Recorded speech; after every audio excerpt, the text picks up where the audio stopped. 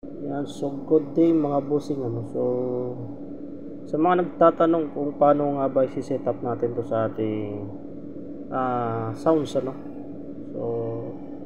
ganito lang mga bossing So start muna tayo sa power supply nya. So yung power supply nito mga boss ay pwedeng gamitin is 9 AC volts, 09 AC volts. So nandiyan naman mga boss nakalagay yung ating marking na 9 BEC.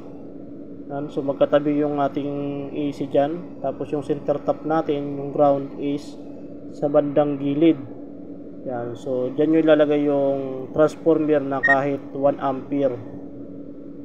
Yan, 1 ampere mga boss ang ating transformer na pwedeng igamitin sa kanya. So dito naman sa part ng sa bandang baba is nandyan yung ating output. So meron dyan nakalagay mga boss is ground.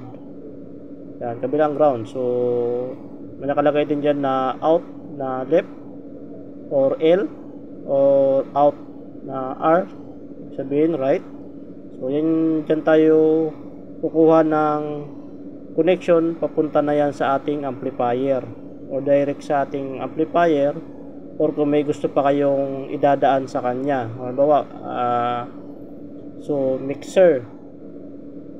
So basta mga boss, ito ay output yan. So kung bahala na kayo kung saan nyo pa siya idadaan, kung idadaan nyo pa siya ng another na equalizer o ano. Basta sa akin mga boss, maganda ito siya gawin sa output.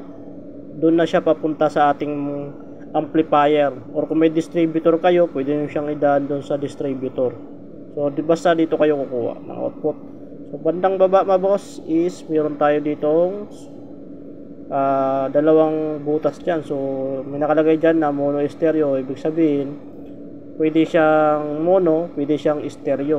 So pagja-jumperin nyo lang yung dalawa na yan. So ang ginagawa ko dyan pag ako nagbuo is stereo lang siya. So hindi ko siya nilalagay ng jumper. So stereo lang. So dito naman sa dalawang gilid, ayan, dalawang gilid na yan, is yan yung ating frequency. Kasi pag once na walang jumper ito mga bossing is para siyang soft bass lang siya, medyo malambot So sa left and right din yan. So may nakalagay dyan. So push button din ang gandang gamitin dyan. So pag ako nagbuo, yung ang ginagamit ko is 6 pin push button para stereo, sabay sila. So left and right yung sabay sila na magbo-boost out ng kanyang hard bass. So yan yung kanyang push button. So sa hard bass yan mga bossing So pagdating naman din sa bandang baba is dito natin makikita yung input. Yan, nandyan mga bossing nakalagay dyan Yeah, so ground in left or L.